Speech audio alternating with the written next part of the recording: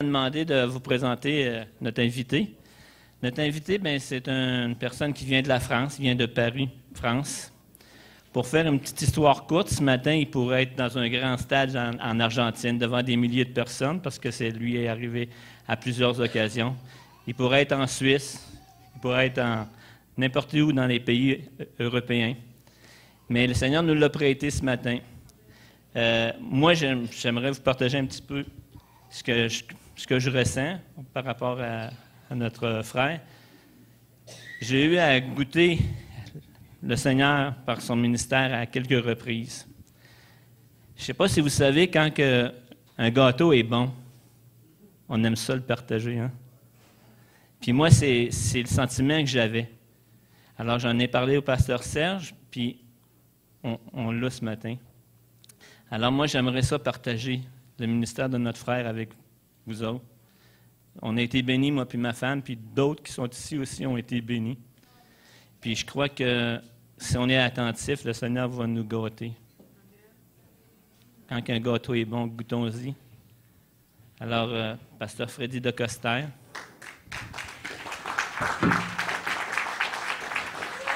Mes bien-aimés, la vie du Seigneur, c'est la joie. Amen. Si nous avons perdu notre joie de chrétiens, c'est dommage. C'est dommage. Parce que parfois, la vie peut nous apporter des souffrances. J'aimerais que nous allions dans la parole de Dieu, s'il vous plaît, dans 2 Samuel au chapitre 5 et versets 1 à 10. Et si on peut avoir la gentillesse de me mettre de la lumière dans le fond de la salle, parce que j'aimerais vous voir, j'aimerais me sentir proche de vous. Et parfois, quand je vous vois, si le Seigneur me donne une parole, je peux aussi vous la donner. Amen. Mais maintenant, nous allons aller dans la parole de Dieu, parce que nous aimons la parole de Dieu. Amen. J'ai appris que nous avions un point commun avec votre pasteur, c'est qu'il a été 20 ans baptiste. Moi, c'était 15. Je n'ai pas le même âge, je suis un petit peu juste en dessous. Et puis ensuite, le Seigneur m'a amené aussi, et bientôt, je vais assister le pasteur Goulet à l'église de Las Vegas, aux États-Unis, avec mon épouse et la famille. Donc, on va rentrer près du continent, près de chez vous, n'est-ce pas? Et je sais que le Seigneur aussi nous fait passer parfois dans un périple. On peut changer comme ça, mais c'est parce qu'il veut aussi plus de nous. Et il veut surtout que nous changeons les structures pour permettre la croissance. Je pense que beaucoup d'entre vous aimeraient que l'Église soit encore plus grande. Et dans vos vies aussi, vous aimeriez peut-être beaucoup plus de bénédictions. Qui veut plus du Seigneur ce matin? Qui veut plus? Moi, j'aimerais plus. Ça m'ennuie, la vie chrétienne ennuyante. Ça m'ennuie les gens qui nous racontent il faut faire ci, il faut faire ça, il n'y a pas ça, puis ça c'est. Puis après, on a l'impression que la vie chrétienne n'est plus fun. Moi, je n'ai pas envie de vivre une vie comme ça. J'ai qu'une seule vie, je veux vraiment m'amuser, je veux vraiment être heureux, mais je veux m'amuser avec des bonnes choses. On peut s'amuser avec des mauvaises choses, mais on peut s'amuser avec des bonnes choses aussi. Il faut que la joie du Seigneur vous habite. Déjà, vous avez quand même une bonne louange, vous aimez le Seigneur, vous êtes présent, vous êtes engagé. Mais il n'y a pas plus de joie que celle de donner. Vous comprenez? Et quand on n'apprend plus à donner, on a les petites joies de notre confort. On va s'acheter un nouveau poste de télévision. On va de temps en temps se faire plaisir dans un bon restaurant. Mais finalement, ça devient vite routinier. Mais quand vous vous lancez des petits défis, comme on a parlé, qui sont quand même des gros défis ce matin, je peux vous dire que ça va créer une émulation et une joie extraordinaire dans votre vie. Amen. Et vous pouvez vous dire, moi j'ai 80 ans, mais jusqu'à mon dernier souffle, si j'en ai encore pour 20 ans, eh bien ils vont m'entendre ici. Amen. Ma vie va être utile. Vous pouvez dire, moi j'ai 20 ans, mais qu'est-ce que je vais faire avec ma vie? Moi j'ai 15 ans ou 13 ans, et puis qu'est-ce que je fais avec ma vie? Si vos parents vous disent, tu as 13 ans, ils disent, ah moi je t'amène pas à l'église parce que là j'ai quand même autre chose à faire, tu lui prends la tête, tu lui dis, maman tu m'amènes soit à l'église, soit en boîte de nuit, tu choisis. Elle va dire, je t'amène à l'église. N'est-ce pas? Amen, amen, amen, il n'y aura pas de problème. On peut toujours trouver une solution parce que le Seigneur veut utiliser notre vie pour faire des bonnes choses. Et si on n'apprend pas à faire des bonnes choses dès notre jeunesse, on fera des mauvaises choses comme celles que je viens de citer. Vous comprenez ce que je veux dire? Et bien sûr, je n'ai pas dit qu'il faut le faire. Hein. Bien au contraire, je vous ai dit de vous engager pour le Seigneur. Mais souvent, et je voudrais m'adresser aujourd'hui à ceux d'entre nous qui luttons au plus profond de nous-mêmes contre un défaut ou contre un péché ou contre une limitation ou contre un rejet intérieur ou contre une attitude comme celle qu'aujourd'hui le Seigneur a confrontée dans son amour parce qu'il a besoin de vous, il vous aime, il vous fait confiance et il voudrait vraiment que cette Église se développe beaucoup et que vous vous développiez beaucoup, n'est-ce pas? Mais il y a parfois comme des choses qui nous retiennent, comme des luttes intérieures. Est-ce que vous ne ressentez jamais cela, n'est-ce pas? Et les choses qu'on voudrait faire, on n'arrive pas à la faire, on rentre d'une manière routinière dans la vie et puis finalement, on souffre, on ne fait que travailler, métro, dodo, n'est-ce pas, comme on dit. D'autres peut-être peuvent être enclins à la paresse ou d'autres peuvent être enclins à la critique ou avoir la tendance. Être enclin, ça veut dire avoir la tendance. Peut-être d'autres au négativisme, d'autres peut-être à la tromperie ou à la crainte ou au rejet de soi. Parfois, d'autres peuvent être tentés ou avoir pratiqué l'adultère, la pornographie, ça peut être l'insoumission aux autorités, ça peut être la colère, ça peut être la gloutonnerie, le fait de manger n'importe quoi, ça peut être aussi ne pas vouloir étudier, ne pas vouloir progresser. Et en général, beaucoup de personnes qui, même s'ils aiment le Seigneur de tout leur cœur, alors là je vous parle de ce qui se passe dans les autres églises, hein. J'imagine que chez vous, personne ne peut avoir ce genre de sentiment, mais dans les autres églises, je vous assure, ça existe ailleurs, hein, n'est-ce pas? Et surtout en France, au Québec vous êtes parfait, mais nous en France on n'est pas parfait. Mais si ce n'est pas tout à fait le cas, eh bien, on saura bien que ça peut tous nous arriver, ce genre de choses. La Bible dit que celui-là qui fait son crâneur de religieux en disant « moi je suis parfait, moi je n'ai pas de problème, moi je n'ai pas de péché », cet homme est un menteur. Et la vérité n'habite pas en... N'est-ce pas? C'est ce que dit la parole de Dieu. Est-ce que vous pouvez croire quelqu'un qui vous dit qu'il n'a jamais eu une tentation? Est-ce que vous pouvez croire quelqu'un qui vous dit qu'il est toujours exemplaire? Est-ce que vous croyez un couple, même s'ils ont 50 ans de mariage, qui ne s'est jamais disputé? Vous croyez que ça existe, ça? Non? Par contre, ce qui est beau, c'est qu'ils se sont toujours réconciliés et qu'ils sont encore ensemble. N'est-ce pas? C'est qu'ils ont toujours essayé de se pardonner. Alors que celui qui dit « j'en suis à mon 17e mariage », eh ben, malheur à la 18e. Vous comprenez? Et on a tous, pour chacun d'entre nous, et pourtant tous parfois ces choses-là. Et je ne connais personne, et je suis certain qu'il n'y a personne d'entre vous qui puisse dire « ah, moi je suis un pécheur et je suis bien content. Moi je suis un bon pécheur et ça me fait du bien. » Il y en a de temps en temps, on en a ça, mais ça c'est pour crâner, ils vous disent ça comme ça. Puis quand vous parlez avec eux, seul à seul, qu'il n'y a personne pour les écouter, ils ne peuvent pas faire l'effet de meute ou l'effet, n'est-ce pas, ou l'effet d'annonce, etc. Eh bien, vous savez une chose, c'est très rare de rencontrer quelqu'un qui vous dirait « moi, je suis un pécheur et ça me plaît bien. Je cultive mes défauts comme on cultive des carottes au jardin. C'est bien. Ma femme n'aime pas que je lui tape dessus, mais je lui fais un petit peu tous les matins. Comme ça lui fait du bien. Elle perd pas l'habitude. Vous en connaissez des comme ça, non? Ah bah, il y en a quelqu'un qui m'a dit, oui, il en connaît une. J'espère que ce n'est pas votre mari, hein, sinon on va le choper à la fin, on va le convertir, n'est-ce pas? Ou on lui fait la même chose pour qu'il apprenne à voir comme ça fait du bien, n'est-ce pas? Non, je plaisante, hein, je rigole. Hein. Mais au contraire, ces personnes-là, ou nous-mêmes, quand on a quelque chose qui peut nous arriver dans la vie ou une tendance, souvent ces personnes, elles luttent ou elles souffrent. Et la plupart du temps, elles voient ce tenace, ce défaut comme une citadelle, comme une forteresse infranchissable, n'est-ce pas? Et c'est pourquoi parfois, quand on s'habitue à faire certaines choses, on a du mal à changer. Et d'ailleurs, parfois, les gens nous le disent, « ah ben, il est comme ça, il ne changera jamais. Elle est comme ça, elle ne changera jamais, n'est-ce pas ?» Et malheureusement, on croise dans le monde beaucoup même des leaders qui me téléphonent et qui sont tombés, des hommes et des femmes mariés qui ont pu avoir une faiblesse, d'autres qui ont une estime de soi en baisse suite à des problèmes, d'autres qui se sentent rejetés, d'autres qui ont un esprit de dispute, qu'il faut toujours qu'ils se défendent là, et puis qu'ils sont un peu sévères avec les autres et tout ça, d'autres qui ayant tenté des choses dans leur vie n'y sont pas parvenus. Et ils ont l'impression que finalement, on arrive à un certain âge et parfois on peut faire une sorte de bilan et on peut se dire, j'ai quand même manqué la cible. J'aurais voulu peut-être mieux réussir et j'aurais peut-être pu faire plus cette étude-là où j'aurais pu... Et parfois, on peut arriver. Et il y a des gens qui peuvent penser, j'ai 30 ans, 40 ans et je n'y arrive jamais. Même dans ceux qui réussissent bien leur vie, n'est-ce pas? Moi, je pense aussi que c'est mon cas. Je réussis bien ma vie dans le Seigneur, même si on a eu beaucoup d'épreuves, notamment sur le point de vue financier. Par les campagnes, on a fait une grande campagne à Paris-Bercy.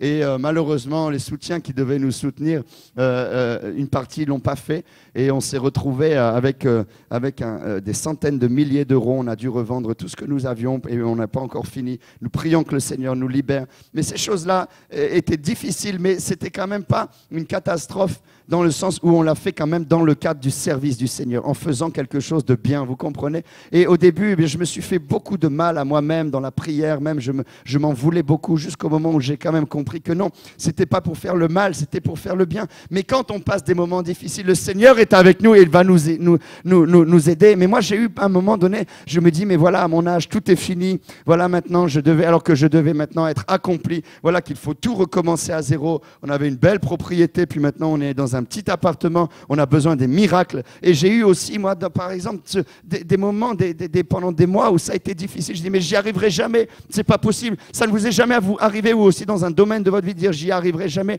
ou je ne changerai jamais à ce sujet-là. Et le malin, eh bien, j'aimerais vous rassurer et vous dire une chose, c'est qu'il vient toujours appuyer là où ça fait mal. N'est-ce pas? Souvent, on dit qu'il appuie là sur nos défauts. Et parfois, on a comme l'impression qu'il peut nous dire, tu vas arriver à tout ce que tu veux dans la vie, mais sur ce domaine-là, tu n'y parviendras pas. Par exemple, moi, j'ai rencontré des hommes d'affaires. Je travaille aussi dans ce domaine des affaires. Et une fois, je parlais avec un et il a tout réussi dans sa vie. Il était millionnaire, il avait vraiment tout. Il avait des propriétés extraordinaires. Il avait toutes les vacances qu'il voulait. Mais il y avait une chose dans sa vie qu'il n'a jamais réussi, c'est à être proche de ses enfants. Il me disait, mes enfants ne me connaissent pas. Ils m'appellent le géniteur.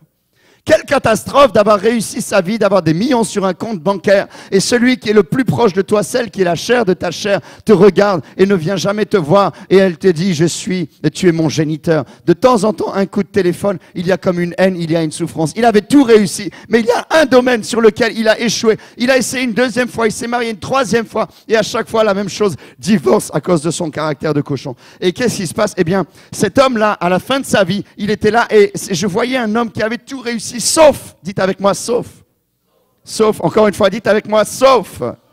N'est-ce pas? Et si on pouvait matérialiser ce sentiment, on pourrait voir comme une muraille qui est littéralement devant nous et qui nous sépare parfois de nos buts ou des réalisations manquées de notre vie. Et beaucoup, du coup, de gens se découragent, n'est-ce pas, et pensant qu'ils ne pourront jamais franchir cet obstacle qui est devenu majeur dans leur vie. Mais aujourd'hui, le Saint-Esprit vous dit qu'aujourd'hui est le jour de ton salut. Alléluia. Aujourd'hui, c'est le jour où le sceau va être brisé. Si tu le crois, aujourd'hui, tu peux recevoir sans plus tarder. Alléluia. Aujourd'hui, tu vas pouvoir les vaincre. Est-ce que vous voulez ça dans votre vie? Amen. Amen. Vous êtes les seuls à savoir quel est le défaut là ou quelle est la chose sur laquelle vous n'arrivez jamais à progresser. Ceux qui ont le problème de faire du zapping là où ils ne doivent pas aller, etc. Aujourd'hui, c'est le jour de ta libération. Alléluia. Et un jour, dans 2 Samuel au chapitre 5, on a l'histoire du roi David, n'est-ce pas? Je n'ai pas trop le temps de le lire, donc vous le lirez à la maison.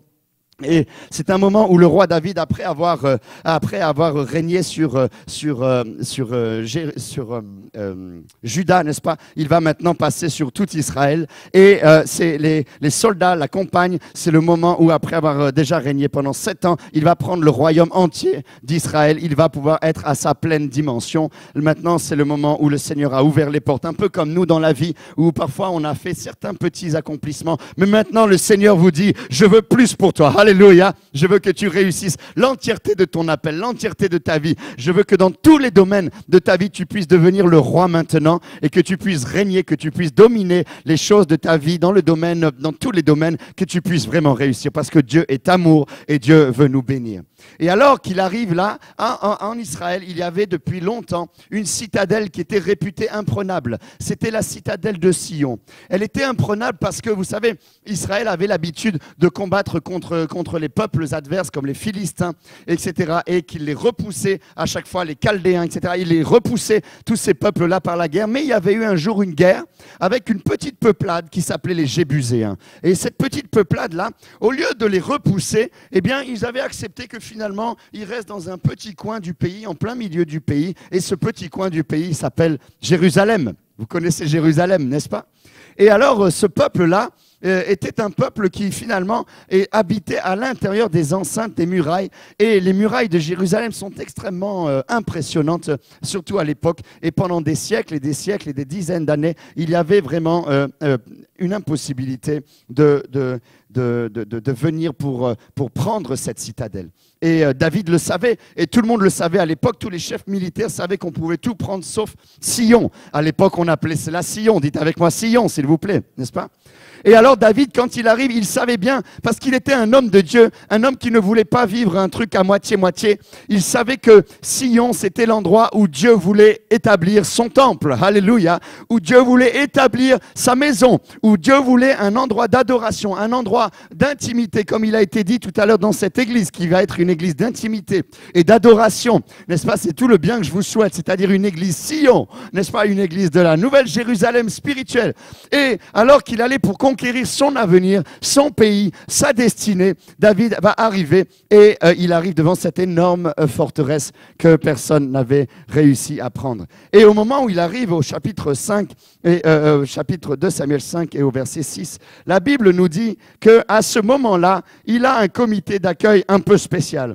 Il y a des gens qui viennent le voir, ce ne sont même pas les soldats, alors que lui, il était avec toute son armée. Ce sont peut-être même des anciens, et ce sont peut-être des retraités, ou c'est peut-être des petits-enfants qu'ils ont envoyés. Et ils se sont moqués de David, et ils lui ont dit ici, « Ah, David, viens ici. Moi, j'aimerais te dire, David, que ici, tu n'entreras pas ici à Sion. » Il dit, « Tu n'entreras pas ici. » Dites avec moi, « Tu n'entreras pas ici. » Allez, vous participez avec moi, s'il vous plaît.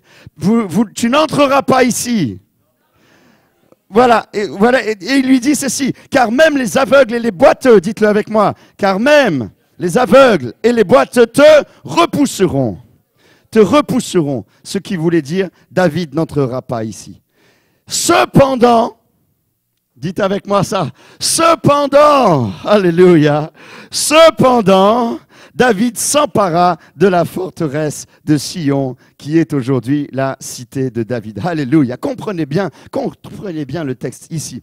Et là-bas, lui, David, qui régnait à Hébron, n'est-ce pas, a besoin maintenant d'aller attraper et d'aller prendre son destin.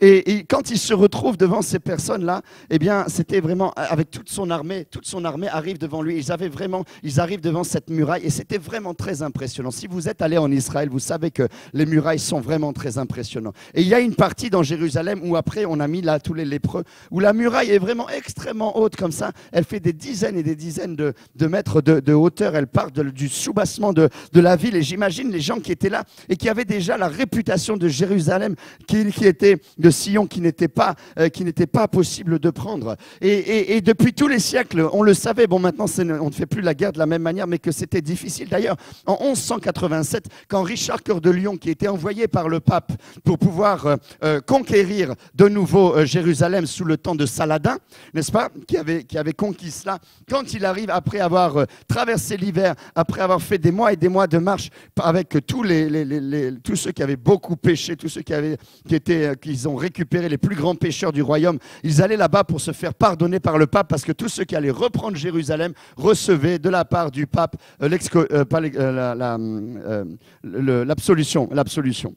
Et quand ils sont arrivés devant la muraille, l'histoire nous dit que même Richard Cœur de Lion, il a rassemblé comme ça, ils ont été impressionnés. Waouh, qu'est-ce que c'est que ça? Et ils ont été tellement impressionnés qu'ils ont cherché une manière de faire. Déjà, ils étaient fatigués, il y avait en plus des intempéries, et ils ont trouvé qu'ils n'arriveraient jamais à vaincre cette cité. Et ça a été la plus grande défaite et la plus grande tristesse de Richard Cœur de Lion, qui du coup est revenu bredouille. Il est arrivé en Angleterre, et quand il est rentré, son frère avait pris sa place en son royaume. Ça a fait une scission, et lui, il est mort 2 ans plus tard à 41 ans. Il n'avait pas réussi à conquérir les forteresses de Sion. Donc imaginez David aussi, lui, beaucoup d'années avant, peut-être 1500 ans avant, eh bien, ces soldats aussi ont pensé que cette citadelle-là n'était pas possible à prendre, n'est-ce pas? Et ils étaient là. Et alors, en plus, comme les Jébuséens savaient très bien que c'était le cas, ils sont arrivés et ils se sont moqués de lui. Et ils lui ont dit, ah, même les aveugles et les boiteux, on n'a même pas besoin de prendre nos soldats, on n'a même pas besoin de se battre avec vous. De toute façon, nous, on est tranquillement là, on sait qu'on vous enverra de lui, on fera quelque chose, mais même les boiteux et les aveugles ne te repousseront. Et David était vraiment vexé de cette situation. Vous imaginez, David est le roi, c'est un jeune roi. Et peut-être que certains anciens qui étaient plus de la famille de Saül n'étaient pas d'accord qu'il monte maintenant sur le trône. Et j'imagine à quel point vraiment il s'est senti vexé, il s'est senti humilié. Vous vous rendez compte, vous êtes avec vos soldats et on vous dit que des boiteux vont vaincre des soldats. Certains lui ont dit, mais passe ton chemin, qu'est-ce que tu viens faire ici? Parce que ici, de toute façon, tu n'entreras pas. Dites avec moi, tu n'entreras pas. Encore une fois, tu peux faire tout ce que tu veux, mais ici, tu n'entreras pas. Dites-le encore avec moi. Tu n'entreras pas. Et d'ailleurs, je vous fais une petite parenthèse. Vous verrez si vous étudiez l'Ancien Testament que plus tard, il y aura une loi davidique qui va dire que les aveugles et les boiteux sont interdits au palais. N'est-ce pas? Et plus tard, dans toute la loi d'Israël, vous n'avez pas le droit de faire revenir des aveugles ou des boiteux à la table du roi, ou même dans l'enceinte du palais du roi. Parce que David a dit, ils m'ont menacé avec des aveugles et des boiteux, et bien maintenant ce sera terminé. Et le voilà qu'il est devant cette grande forteresse, et les gens se moquent de lui, dire, ah David, qu'est-ce que tu vas faire maintenant? Montre-nous ta puissance. Et la Bible nous dit comme ça, est-ce qu'il va faire comme Richard Cœur de Lion? Non, la bonne nouvelle, c'est qu'il y a un mot que je veux vous dire, on pourrait en faire le titre de ce message. Regarde ton voisin qui est à côté de toi et dis-lui, madame, je vous regarde. Cependant, dites-le moi aussi à moi. Vous croyez? Cependant pour moi? Vous croyez? Allez-y, regarde-le, dis-le. Cependant, moi je vais vous dire quelque chose, comme si le malin vous disait, tu n'entreras pas là dans ta bénédiction. Qu'est-ce que vous me répondez? Non, vous répondez quoi? Vous êtes d'accord? Je suis d'accord. Ah, je dis que vous ne rentrerez pas dans votre bénédiction, ni vous, ni votre famille. Vous êtes d'accord? Ah, je suis d'accord que je vais entrer. Alors dites-moi, cependant, allez-y. Cependant. Oh, vous l'avez entendu? Tu n'entreras pas. Et vous répondez quoi? Ah, merci Seigneur. On peut l'applaudir quand même. Alléluia. Amen. Monsieur, vous n'entrerez pas. Vos enfants, là, ils ne serviront pas le Seigneur. De toute façon, vous ne changerez jamais. Qu'est-ce que vous répondez? Tu ne rentreras pas. Dites cependant, oui, je vais rentrer.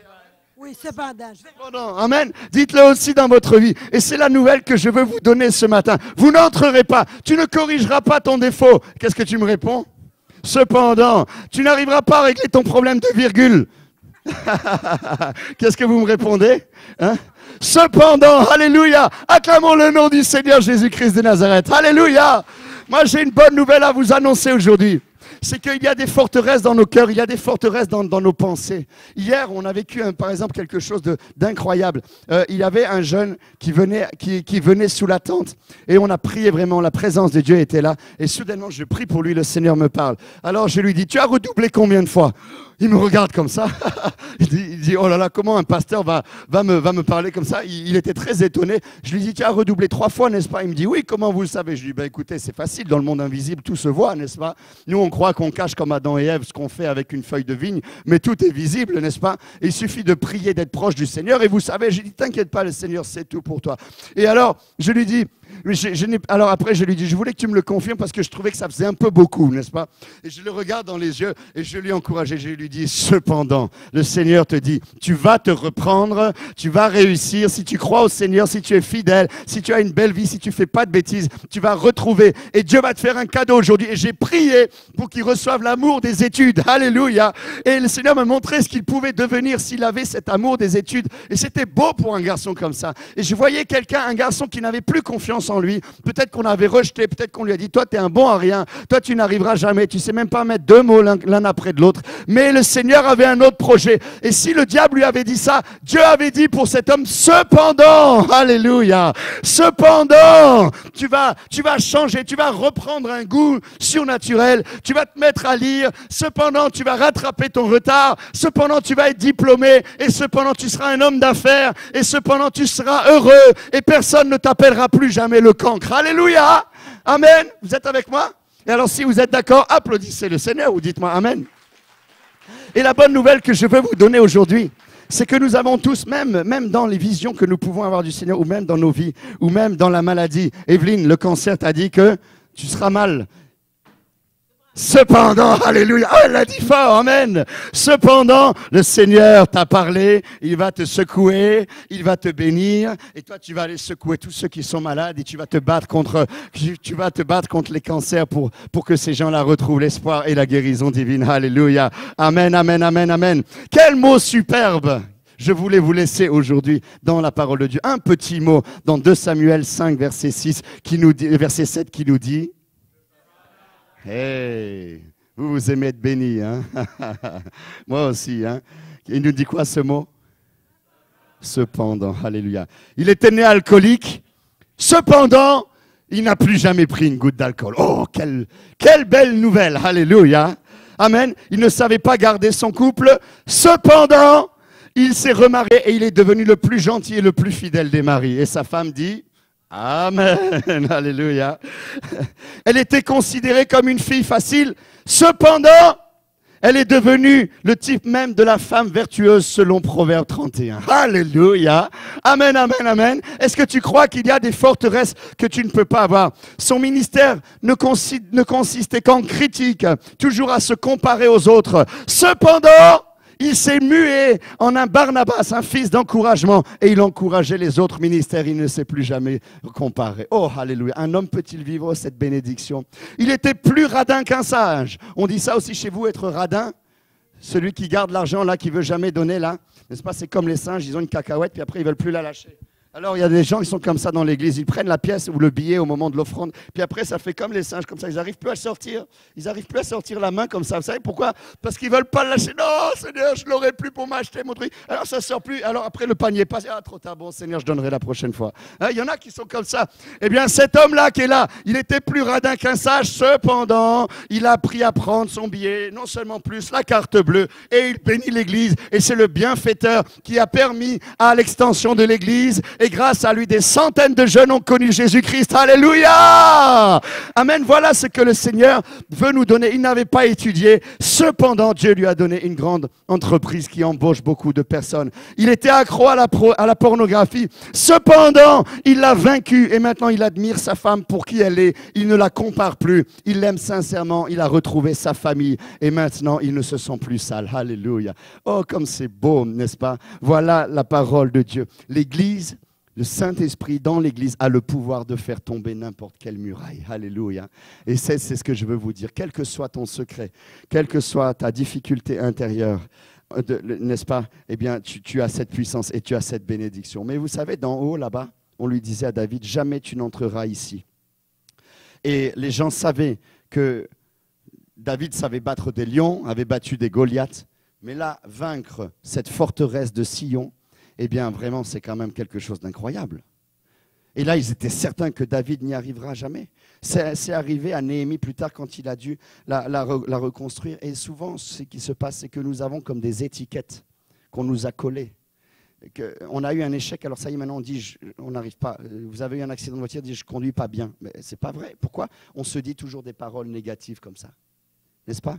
Et beaucoup de gens sont comme ça, ils se regardent et parfois ils ne sont pas très bons avec eux-mêmes ou parfois d'autres avec. Et puis souvent, il y a aussi beaucoup de gens qui parlent pour nous, des gens qui parlent à notre place. Dès qu'il y a quelque chose, on nous donne des étiquettes. Moi, vous allez m'appeler le Français qui parle fort. N'est-ce pas? Et moi, je vais vous appeler l'église tranquille. Amen. Je plaisante, hein, je vous charrie. Amen. Mais moi, je vais revenir dans votre église. Et on va bien rigoler, parce que cependant, votre église, là, le Seigneur m'a montré qu'il y a un réveil qui va arriver, et puis que ça va bouger, et que là, vous ne pourrez pas dire aux jeunes, reste tranquille, reste assis, ils vont sauter, ils vont crier, ils vont dire Alléluia, il va y avoir du bruit, préparez vos oreilles. Cependant, des gens vont venir de beaucoup d'endroits pour venir voir ce qui se passe ici. Cependant, le pasteur va être en train de prêcher, soudainement, quelqu'un va crier ce sera un démon que vous devrez chasser. Cependant, là, c'est fini les 8 jours sur 8 de vacances. Cependant, vous allez travailler et vous allez être un bâtisseur, n'est-ce pas? Et apporter vos grains. Cependant, ça va bouger. Cependant, ça va changer. Alléluia! Amen. Acclamez le nom du Seigneur. Alléluia, alléluia, alléluia, alléluia. Allez, monsieur, acclamez le nom du Seigneur. Amen, amen, amen, amen, et amen, et amen, et amen. Amen. Le Québec était en train de s'endormir. Cependant, Jésus-Christ de Nazareth a repris sa royauté sur votre belle province. Alléluia, que tout le monde admire. Amen, amen. Amen. Jésus vous aime. Mais il aime aussi Sœur Zéba. Il a mis ça sur Facebook. Et quand elle a vu ça, ses parents ont découvert ça. Il y a peut-être eu une dispute. Elle s'est suicidée. Vous vous rendez compte un peu? Et souvent, nous allons souffrir dans notre société à venir de la vie des gens, des étiquettes qui vont nous coller comme si on n'arrive plus à l'écouter. Peut-être tu as eu un jour un problème et puis voilà, ça peut arriver un problème et alors maintenant on te colle une étiquette. Eh bien non, moi j'aimerais te dire, il y a un cependant pour toi. Peut-être qu'un jour tu as écrasé quelqu'un sur la route parce que tu n'as pas fait attention, tu étais avec ton camion. Eh bien les gens vont lui dire, ah voilà le meurtrier de Granby. Eh bien moi je te dis, au nom de Jésus, enlève cette étiquette et le Seigneur par le Saint-Esprit enlève cela parce que tu n'es pas là. Au contraire, tu es l'homme qui va peut-être maintenant travailler pour la sécurité routière. Alléluia. Et tu vas faire attention comme tu conduis et tu vas servir et tu vas faire du bien parce que la vie t'a attrapé. Mais cependant, Dieu maintenant va faire de toi un communicateur de vie. Alléluia. Et ce pouvoir est très important. Le pouvoir de ce que les gens disent sur nous, le pouvoir de ce que les gens disent sur vous, le pouvoir du quand dira-t-on. Ah ben je vais quand même peut-être pas trop m'engager parce que quand même qu'est-ce qu'on va dire. Et puis si j'ai une réunion le soir et puis que va dire mon mari, que va dire ma femme. Il y a tellement de gens qui parlent et des étiquettes et des mots qu'on entend qui peuvent nous amener à nous refroidir ou alors à être dépressif ou alors à être simplement éteint. Tu n'es pas, mon bien-aimé, ce qu'on dit de toi ou de ton passé, mais tu es déjà en puissance ce que Dieu veut faire de toi. Alléluia.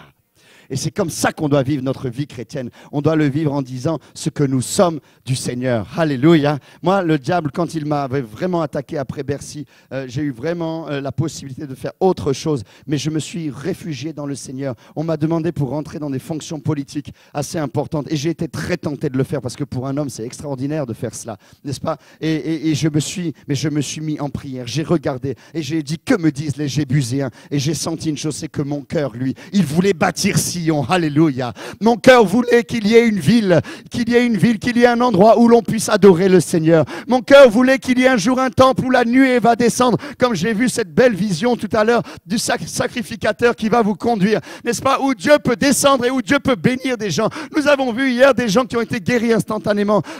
Des fois, j'ai vu des réconciliations, j'ai vu tellement de miracles dans ma vie. Et soudainement, eh bien, alors que j'écoutais ces Jébuséens qui me disaient, allez, fais ci, fais autre chose, etc. Parce que tu n'es pas serviteur de Dieu, c'est fini pour toi. Maintenant, avec ça, si Dieu était avec toi, il ne t'aurait pas abandonné. Jésus aussi l'a entendu. Ah, si Dieu t'aime, eh bien, il a qu'à te descendre de ta croix et marche. N'est-ce pas? Souvent, on a aussi, comme le Seigneur l'a vécu, comme tous les serviteurs l'ont vécu, comme vous l'avez vécu. On a des gens qui nous parlent. On a ces pensées qui nous viennent. On a ce tumulte dans la tête, n'est-ce pas? Mais alors, il faut se calmer. Il faut regarder que Dieu nous a appelés à être un roi de paix. Alléluia. À être un roi de gloire. À être un roi spirituel. Un homme selon le cœur de Dieu comme l'était David. Et alors je me souviens que au lieu de répondre, j'ai attendu pendant des semaines et j'ai prié d'avoir la paix. Et je me suis dit, mais non, qu'est-ce que j'aime le plus? Et ce que j'aime, c'est de voir le salut du Seigneur. Et si je leur réponds à eux, eh bien jamais je ne pourrai le faire. Alors j'ai repris pouvoir, j'ai repris confiance en moi-même. Et j'ai dit, cependant, j'ai eu un gros problème. Cependant, je me lèverai dans les nations et j'amènerai encore des gens au Seigneur Jésus-Christ de Nazareth. Alléluia.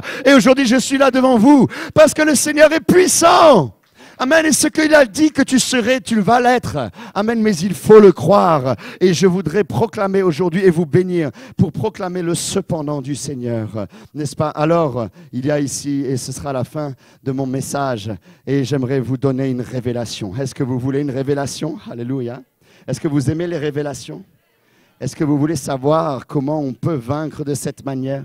Alors, je vais vous donner un secret. Alléluia.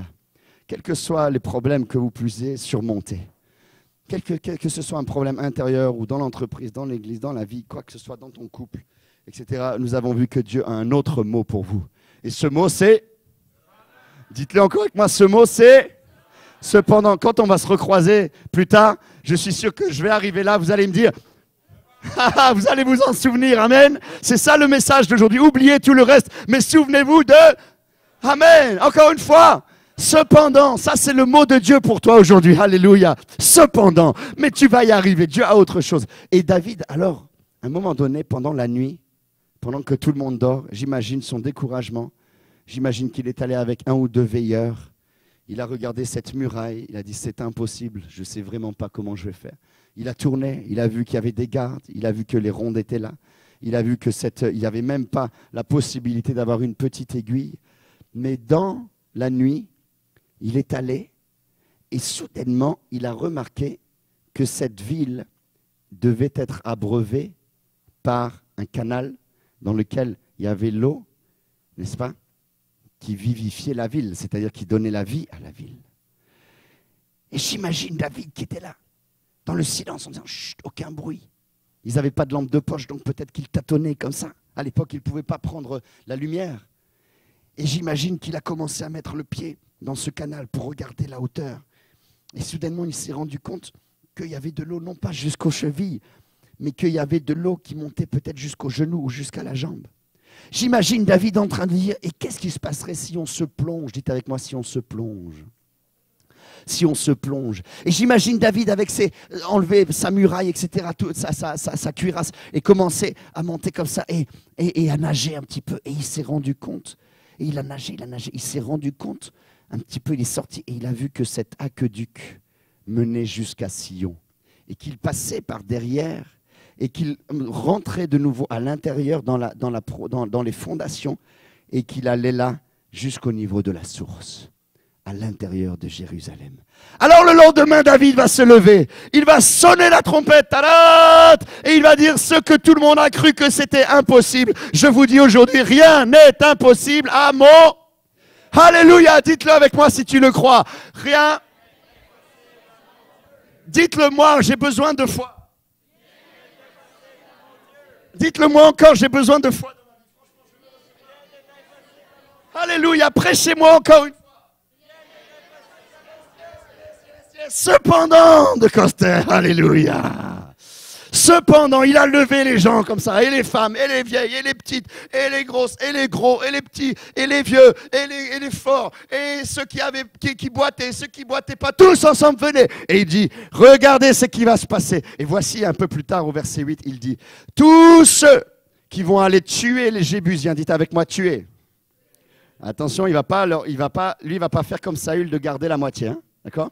Tous ceux qui vont tuer les Jébusiens et qu'ils montent par le canal. Alléluia. Oh, alléluia. Merci Seigneur. Merci Seigneur. Et après, on va voir ce qu'il va le dire encore. Alors là, eh bien, il parle aux gens. Il le dit. Maintenant, qui de nous veut venir tuer les Jébusiens? Qui de nous veut faire quelque chose? Et maintenant, je me rends compte pourquoi ce matin, le Seigneur a fait comme ça, de dire qui ici voudrait faire quelque chose pour le Seigneur? Eh bien, je vous le dis d'une manière plus spirituelle maintenant. Je vous le dire, qui ici va tuer des Jébusiens?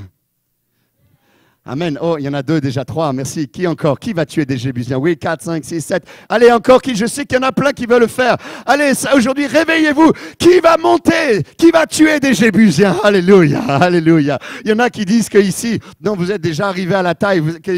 Non, qui va tuer des Jébusiens? Il faut que Sion arrive dans ton cœur. Alléluia. Il faut que Dieu ait un temple dans lequel il puisse être adoré en esprit et en vérité. Sion, c'est ton cœur, mais Sion, c'est ton église. Sion, c'est ta famille. Sion, c'est ton avenir. Alléluia, c'est le cœur de ta pensée, du projet de Dieu pour toi. Et le Seigneur dit, pour acquérir et pour aller vaincre Sion, il ne faut pas toujours les autres, mais il y a une solution. Je veux vous donner un secret maintenant, n'est-ce pas? Il dit, tous ceux qui veulent aller tuer des Jébusiens, tous les défauts dont on a parlé, toutes les choses qui nous ont limités, eh bien, qui veut aller tuer des Jébusiens? Et voici que David dit qu'il plonge dans l'eau. Dites avec moi qu'il plonge dans l'eau.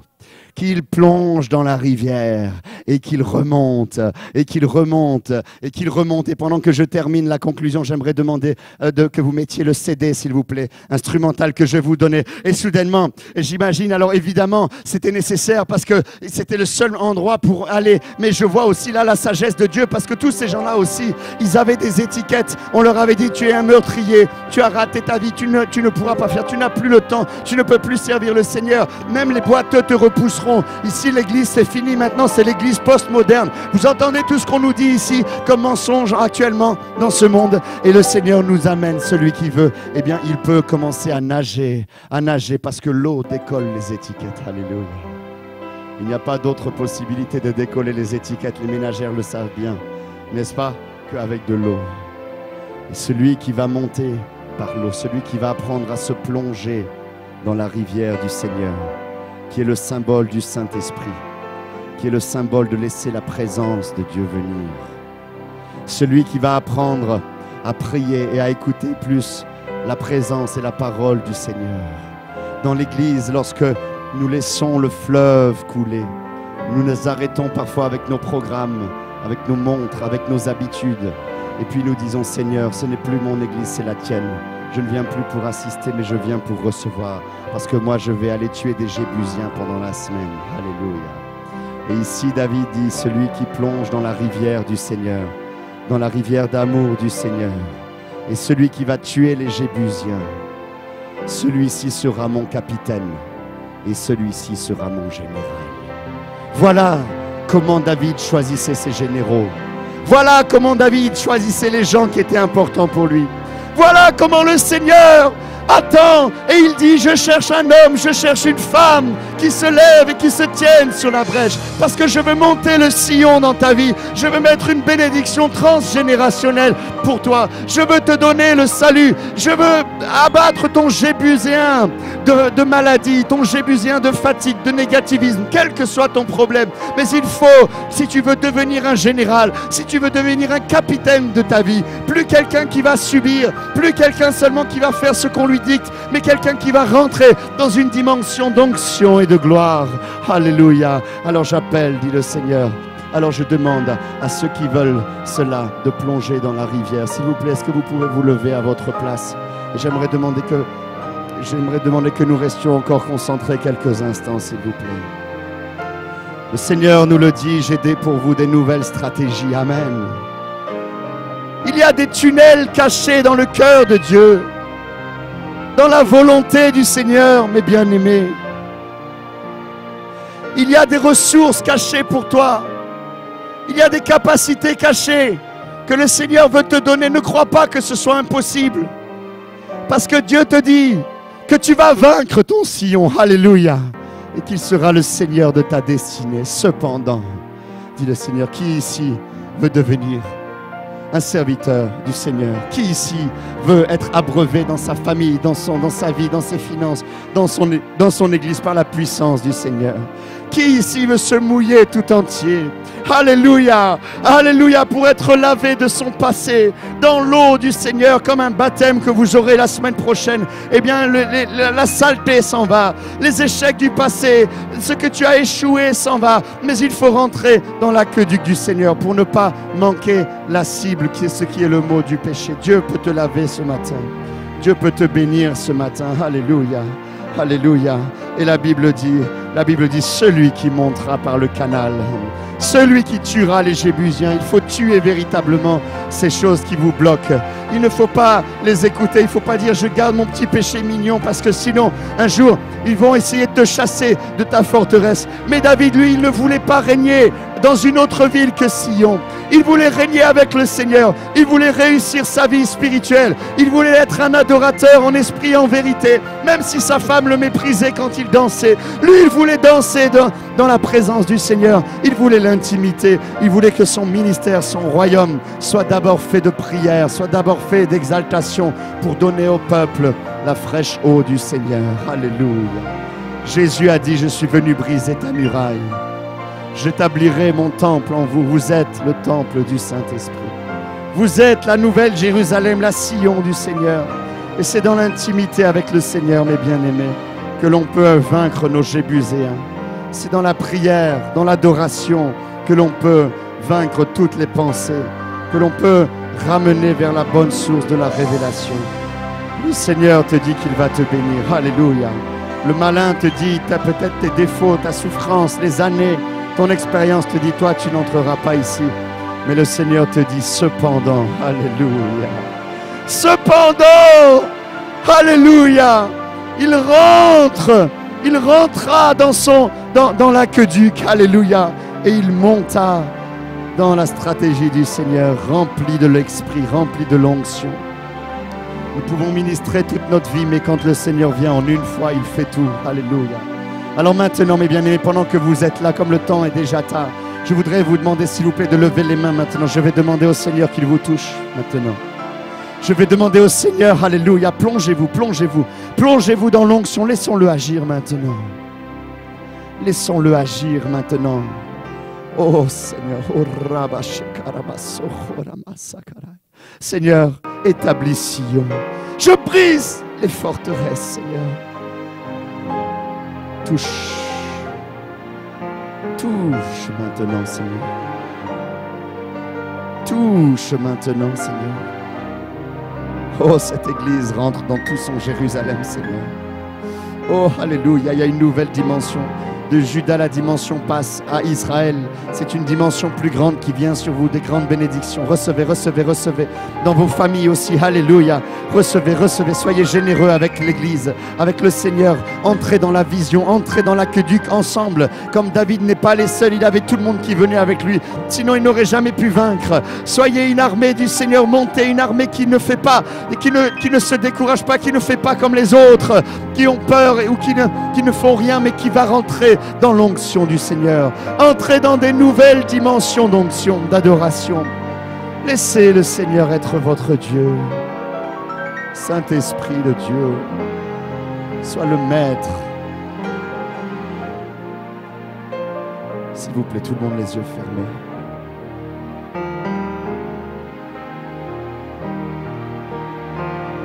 Oh, breathe on me, Lord Jesus. Souffle sur moi, Esprit du Seigneur. Alors que nous levons nos mains pour t'adorer, ô Seigneur. Souffle sur moi, touche-nous, change-nous, donne-nous ta victoire. Oh, viens mon Seigneur, viens sur eux. Je vous bénis au nom du Seigneur. Recevez, il y a un avant et un après.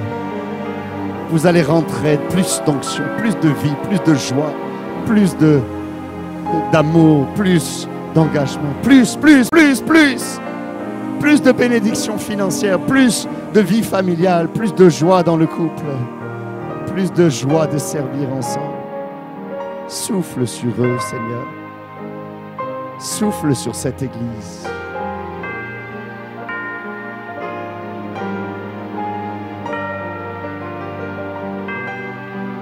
Tu les aimes tellement, Seigneur. Établis ton lieu saint dans nos cœurs, dans ce lieu, que cette église soit connue pour être ceux qui t'adorent. Oh Jésus, j'adore ton saint nom.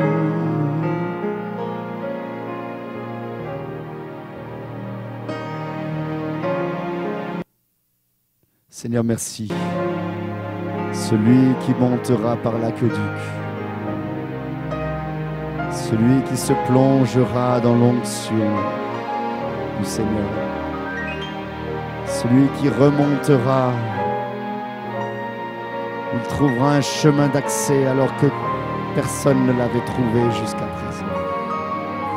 Celui qui passera par le tunnel, dit une autre traduction, et qui va tuer ces Jébusiens, toutes ces pensées, tous ces actes, toutes ces choses. Le diable t'avait dit, tu pourras tout avoir, mais ça, tu ne l'auras pas. Eh bien, il est vaincu. Alléluia. Il est vaincu. Alléluia. Il est vaincu. Seigneur, mets ta douce bénédiction en eux. Recevez, recevez, recevez, recevez maintenant. Plus. Recevez, mes bien-aimés. Recevez, Seigneur, guéris les malades maintenant, s'il te plaît. Croyez-le, mettez la main là où vous êtes malade, où vous avez mal. Mettez votre main, s'il vous plaît. Recevez, recevez, recevez l'onction de Dieu là. Si le couple est un peu en tension ou même plus grave, donnez-vous la main maintenant. Recevez. Recevez, cependant, vous ne divorcerez pas. Cependant, vous vous pardonnerez. Cependant, vous vous donnerez des compliments. Cependant, vous aurez de l'intimité. Cependant, vos enfants seront fiers de vous. Recevez, recevez. Prenez, demandez au Seigneur maintenant que nous sommes dans cette onction. Dans cette prière, demande au Seigneur ce dont tu as besoin. Demande de rentrer dans cette nouvelle dimension plus haut, d'aller à Sion. Prie maintenant là où tu es. Prie, ouvre ton cœur, ouvre ton esprit. Nous sommes là seuls devant le Seigneur. Prie-le maintenant. C'est le moment de demander. La Bible dit, vous ne recevez pas parce que vous demandez mal. Mais quand nous sommes dans l'onction, c'est le moment de demander pour recevoir. C'est maintenant. Plonge-toi, bien-aimé, plonge. Crois-le maintenant. Si tu ne crois pas, tu ne peux pas recevoir, dit la Bible. Alors crois-le, ferme les yeux et crois-le maintenant. Un instant, même un instant. Si tu crois, tu verras le miracle. Crois-le, crois-le, crois-le, mon bien-aimé. Crois-le maintenant. Crois que le Seigneur t'exauce. La Bible dit, celui qui ne doute pas en son cœur, il peut être assuré qu'il a l'exaucement de sa prière. Celui qui se plongera avec le Seigneur, il deviendra mon général et mon capitaine, dit le Seigneur. Alléluia. C'est le Seigneur qui pourra enfin diriger ta vie. Tu chasseras les aveugles et les boiteux, ceux qui voient tordus te concernant, ceux qui t'amènent sur des chemins tordus. Tu les chasseras du temple. Plus jamais aucun aveugle et aucun boiteux qui disent des choses qui ne sont pas droites n'auront d'influence sur toi au palais. Et ton palais deviendra un lieu de bénédiction où tu recherches la volonté du Seigneur avant de faire quoi que ce soit. Où la présence de Dieu sera dans la famille et où tu seras le début d'une grande génération de témoins comme David. Alléluia. Tu seras un fils de David, un fils de Jésus, le fils de David. Soyez bénis maintenant. Je ressens un grand amour pour votre Église. Je ressens vraiment un amour de Dieu particulier. Vous êtes vraiment aimés. Hein? Sentez son amour. Mais vous devez nager maintenant, ne plus rester assis. Vous devez faire encore plus pour servir le Seigneur. Car il y a beaucoup de gens à qui vous allez décoller les étiquettes. Alléluia. Vous allez être une église qui va faire beaucoup de bien. Une église au travail. On vous appellera la ruche. La ruche. Alléluia. Pasteur, ce sera votre récompense. Vous avez toujours rêvé d'avoir une église qui travaille pour le Seigneur. Qui s'engage sans qu'on les pousse. Montez par l'aqueduc. Passez des temps d'intimité. Tous ensemble dans la présence de Dieu. Adorez-le, adorez-le, adorez-le, adorez-le, adorez-le. Laissez-le régner à Sion. Laissez-le descendre dans vos réunions. Laissez-le amener la fumée qui est le shadok de Dieu, l'onction de Dieu, le feu de Dieu, que le feu descende du ciel pour bénir, pour agréer vos offrandes, pour agréer votre cœur et votre vie. C'est tellement beau d'être heureux en Jésus. Soyez heureux dans le Seigneur. Soyez super cool, heureux.